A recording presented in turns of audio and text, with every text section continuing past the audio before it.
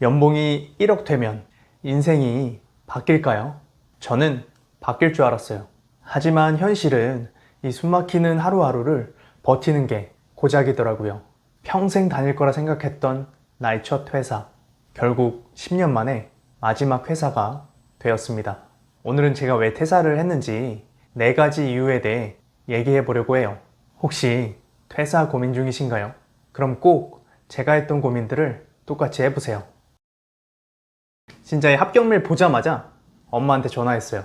초봉 4천만 원, 본사 미국, 1년에 한 번 해외여행도 보내줘요. 가족도 같이. 저희 어머니가 얼마나 뿌듯해했겠어요. 입사해서 이 미국에 교육 가 있을 때는 진짜 어깨 뽕이 막 솟구쳐 올랐죠. 와, 이제 내 인생 걱정은 끝이구나.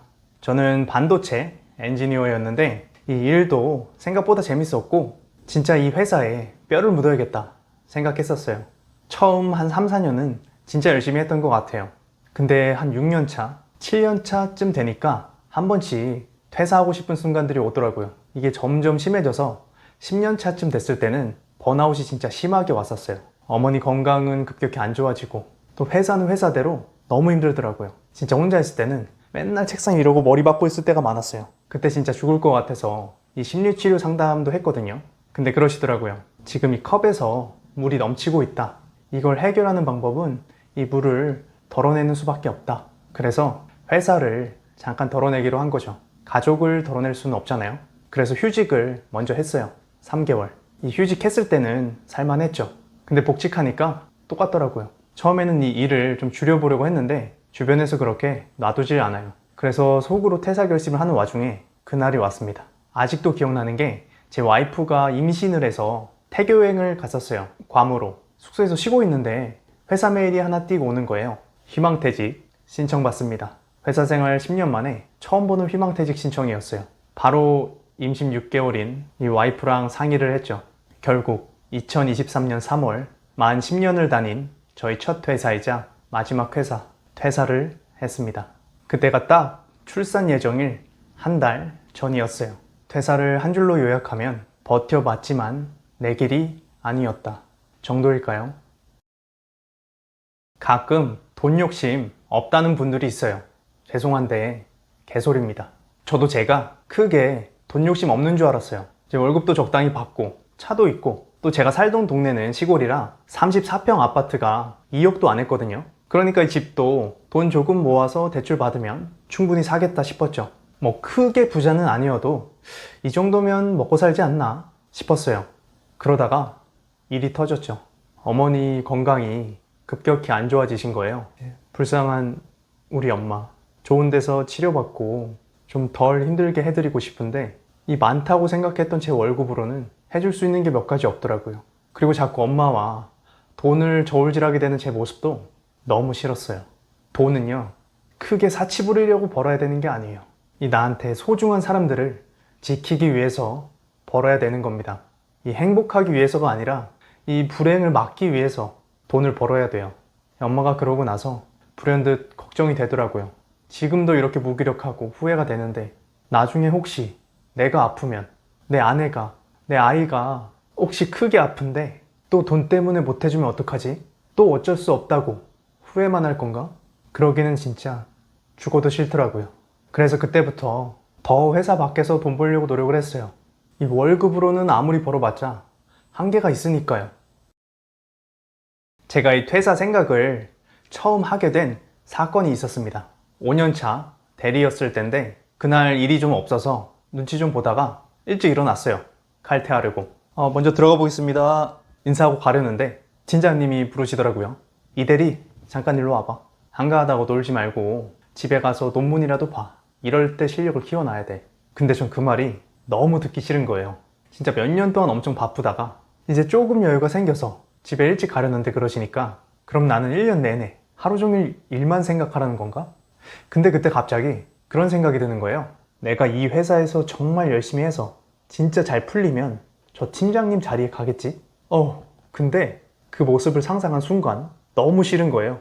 왜냐면 이 팀장 되거나 임원 되잖아요. 그럼 진짜 분 단위로 쪼개서 살아야 돼요. 이 눈 떠 있을 때는 계속 일만 하는 거죠. 그리고 이 임원까지 안 가도 그냥 근처에 선배들만 봐도 다들 아기가 잘 때 출근했다가 밤에 다시 아기가 잠들면 그때 퇴근해요. 그런 거 보니까 회의감이 들더라고요. 아니, 내 가족들이랑 행복하게 살려고 돈 버는 건데 이러면 무슨 의미가 있지? 근데 몇 년 더 고민해 보니까 애초에 이 회사는 내 행복을 위한 곳이 아니더라고요. 이런 말 들어보셨을 거예요. 이 사원이 부장의 생각을 알면 부장이 될 수 있고 사장의 생각을 알면 사장이 될 수 있다. 그래서 저도 일할 때 제 윗사람들을 이해하려고 노력을 많이 했어요. 더 나아가서 이 회사가 원하는 게 뭔지 이해하려고 노력을 많이 했죠. 그런데 결국 회사가 원하는 건 더 많은 돈을 버는 거잖아요. 이 회사가 뭐 자선단체가 아니니까요. 이 회사가 돈을 벌려면 제품을 많이 팔아야 되고, 이 많이 팔려면 고객을 만족시켜야 되고, 그 고객을 만족시키려면 저 같은 엔지니어가 가서 피똥 싸게 일해야 되고 그런 거더라고요. 그러니까 회사 입장에서는 이 직원이 열심히 일할 정도로만 월급 주고 복지 조금 해주면 되는 거지, 이 직원이 행복할 필요까지는 없는 거예요. 애초에 이 회사가 원하는 방향과 내가 행복해지는 방향이 달랐던 거죠. 그러니까 직원들이 아무리 요청하고 뭐 노조 만들고 해도 이 회사 구조상 해줄 수 있는 게 한계가 있더라고요. 계속 희망 고문만 당하는 거죠. 그걸 깨닫는 순간 선택지는 두 개밖에 안 남더라고요. 버틸 것인가, 떠날 것인가. 절이 싫으면 중이 떠나라고 하잖아요. 그래서 떠나기로 했어요. 물론 그 사이에 몇 번의 이직 기회도 있었죠. 대기업도 있었고 뭐 다른 외국계 회사도 있고 그랬는데, 근데 어차피 이 회사라는 조직 안에 있는 이상 어차피 또 똑같은 고민 하게 될 것 같더라고요. 그래서 다 안 갔죠. 이런 얘기도 많이 들었어요. 이 회사는 결국 오래 다니는 게 승자다. 이 고비들만 잘 넘기면 된다. 그렇게 버텨야 정년퇴직하는 거다. 근데 60살, 65살까지 그냥 버티면서 산다? 너무 슬프지 않나요? 아니, 하고 싶은 거 하면서 살아도 모자랄 판에 여러분은 지금 다니는 회사에서의 미래 모습 마음에 드시나요? 저는 제 미래 모습이 너무 불행해 보이더라고요. 어느 직장이든 첫 3년 동안 직원의 업무 능력이 가장 많이 성장한다고 합니다. 80% 이상은 이때 성장한다고 하죠. 그래서 저도 이 처음엔 재밌었어요. 새로운 거 배우고 배운 거 가서 써먹고 또 인정받고 하니까 재밌더라고요. 문제는 이 3년 후부터예요. 이 3년 지나면 내가 새로 배우는 거는 점점 적어지는데 내가 해야 되는 일은 폭발적으로 늘기 시작하거든요. 근데 또 내 연봉은 폭발적으로 같이 안 늘어요. 여전히 미미하게 오르고 있죠. 이때부터 딜레마가 시작됐죠. 내가 일을 왕창 한다고 해도 돈을 더 주는 것도 아닌데 내가 이렇게까지 해야 되나? 심지어 이 윗사람들 보면 더 화가 나요. 진짜 누가 봐도 인정하고 존경스러운 분들도 있지만 그 반대도 많잖아요.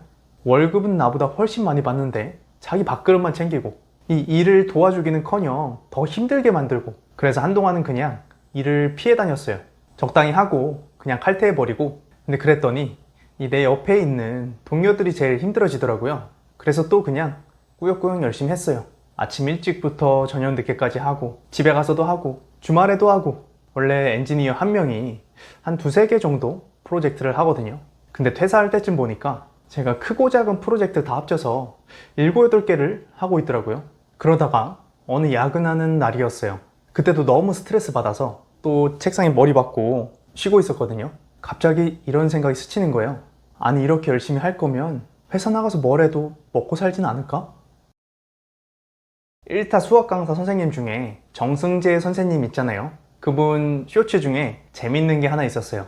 이 세상의 90%는 열심히 안 해. 저기 창문 밖에 지나가는 저 직장인 있지, 쟤 열심히 안 해. 진짜 열심히 안 한다니까? 근데 제가 회사 생활 10년 해보니까 진짜더라고요. 진짜 회사 열심히 하는 사람, 진심으로 하는 사람 몇 명 안 돼요. 제가 10년 동안 한 업무가 이 제품에 어떤 문제가 생기면 해결하는 거였거든요. 근데 좀 큰 문제는 여러 부서 사람들이 모여서 회의를 해요.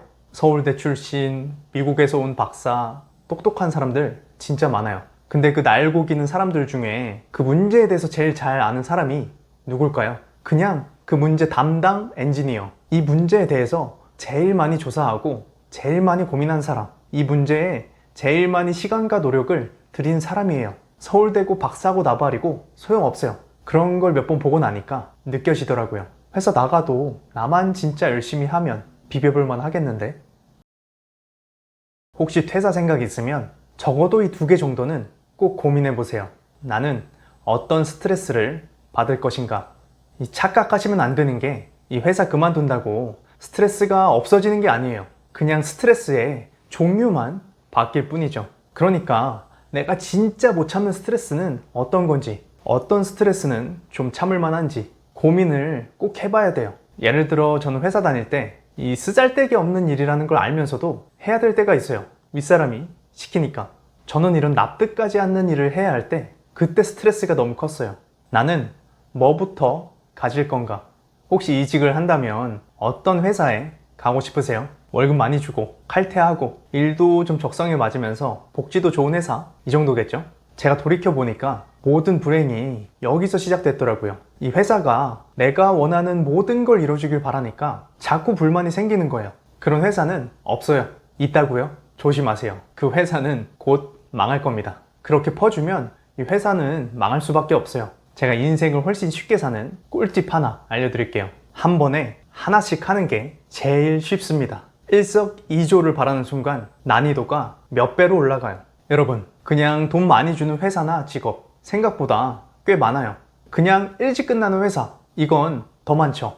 근데 월급도 많이 주고 일찍 끝나는 회사? 글쎄요, 몇 개 안 떠올라요. 그런데 월급도 많이 주고 일도 일찍 끝나는데 심지어 내 적성에도 맞고 보람찬 회사? 진짜 있긴 한가요? 이런 회사가. 내가 바라는 게 많아질수록 힘들고 불행해지는 겁니다. 한 번에 하나씩 하면 돼요. 결국 우리가 원하는 건 돈, 시간, 내가 좋아하는 일 하는 거, 이 세 개 중에 하나잖아요. 그럼 이 중에 하나만 집중해서 먼저 얻어내는 게 훨씬 쉽습니다. 그래서 저는 일단 돈 버는데 집중하기로 했어요. 일단 돈 버는 게 해결되면 시간도 어느 정도 살 수 있고 내가 좋아하는 일도 더 자유롭게 선택할 수 있으니까요. 그리고 이 돈을 벌려면 돈 버는 법을 공부해야 돼요. 제가 착각했던 게 이 회사에서 열심히 하면 이 돈 문제도 해결이 될 줄 알았어요. 근데 아니더라고요. 회사에서 열심히 하면 더 좋은 회사원이 될 뿐이에요. 축구 잘하려면 축구 연습하고 농구 잘하려면 농구 연습해야 되는 것처럼 이 돈을 잘 벌고 싶으면 돈 버는 연습을 해야 되는 겁니다. 사실 퇴사 전에도 이것저것 많이 해봤어요. 알바도 알아보고 영어 과외도 해보려고 하고 뭐 별의별 부업 같은 것도 해보고 이 유튜브 채널도 3개나 해봤어요. 다 망했지만. 그러다 문득 그런 생각이 드는 거예요. 맨땅에 헤딩해서 돈 버는 것보다 작더라도 내가 갖고 있는 건 불리는 게 훨씬 쉽지 않을까? 그래서 주식을 잠깐 해볼까도 했는데 이 주식은 내가 노력한다고 더 나아질 수 있는 영역이 아니었어요. 저한테는. 이미 왕창 말아먹은 경험도 있었고요. 결국 고민하다가 이 부동산 경매 공부를 시작했죠. 이 내가 낙찰받는 순간 수익이 어느 정도 보장이 된다는 게 되게 매력적이더라고요. 또 내가 열심히 노력하면 그만큼 실력이 비례해서 수익도 늘어난다는 게 좋았어요. 회사 다니면서 부업으로 하기에도 나쁘지 않았고요. 혹시 경매 관심 있으신 분들은 처음에 어떻게 공부하는 게 효율적인지 제가 아래 고정 댓글 영상에 정리해놨으니까 참고해주세요. 오늘은 제가 퇴사하면서 느꼈던 것들에 대해서 얘기해봤는데요. 제가 앞에서 얘기한 거 다 까먹더라도 지금 얘기할 거 하나만 기억하셨으면 좋겠어요. 제가 만약에 제 아들한테 책을 딱 한 권, 그것도 딱 한 페이지만 읽어줄 수 있다. 그때를 위해 생각해놓은 책이 하나 있습니다. 바로 나이키 창업자인 필 라이트의 슈독이라는 책인데요. 나이키 창업 과정에 대한 책인데 이 내용보다도 진짜 인상 깊은 장면이 하나 있었어요. 이 나이키라는 회사를 창업하는 과정에서 얼마나 많은 문제가 있었겠어요. 그런데 심각한 문제가 생길 때마다 이 나이키 창업자가 제일 먼저 하는 게 있더라고요. 조용한 방에 혼자 의자에 앉아서 고민을 시작합니다. 회사에 취업하면 후회하지 않을까? 난 내 일을 하고 싶은데 창업을 할까? 내가 뭘 할 수 있지? 나는 뭘 하고 싶은 거지? 이 선택이 내가 원하는 길인가? 계속 고민하고 선택하고 문제가 생기면 또 고민하고. 저는 좀 충격이었어요. 살면서 이렇게 고민해 본 적이 없었거든요. 대학교 남들 다 가니까 가고 회사도 취업해야 한다니까 열심히 해서 했어요. 근데 생각해 보니까 말도 안 되는 거예요. 내 인생인데, 내가 사는 인생인데 왜 남들이 하는 대로만 쫓아갔지? 왜 내가 그걸 하고 싶은지는 한 번도 생각을 안 해본 거지? 그때부터 뒤늦게나마 스스로에게 질문을 하기 시작했어요. 그런데 대부분의 해답은 제 안에 이미 있더라고요. 혹시 퇴사 고민 중이라면 주변에 물어보기 전에 내 스스로에게 먼저 물어보세요. 내 문제에 대해서 나만큼 알고 나만큼 고민해주는 사람은 없습니다. 결국 선택도 내가 해야 되고 책임도 내가 져야 돼요. 그리고 퇴사하지 않더라도 이 질문 정도는 스스로에게 꼭 해봐야 됩니다. 나는 언제 행복하지? 나는 어떤 하루하루를 보내고 싶은 거지? 빠를수록 좋아요. 오늘이라도 꼭 앉아서 1분이라도 고민해보는 시간을 가져보세요. 긴 영상 끝까지 시청해주셔서 감사합니다.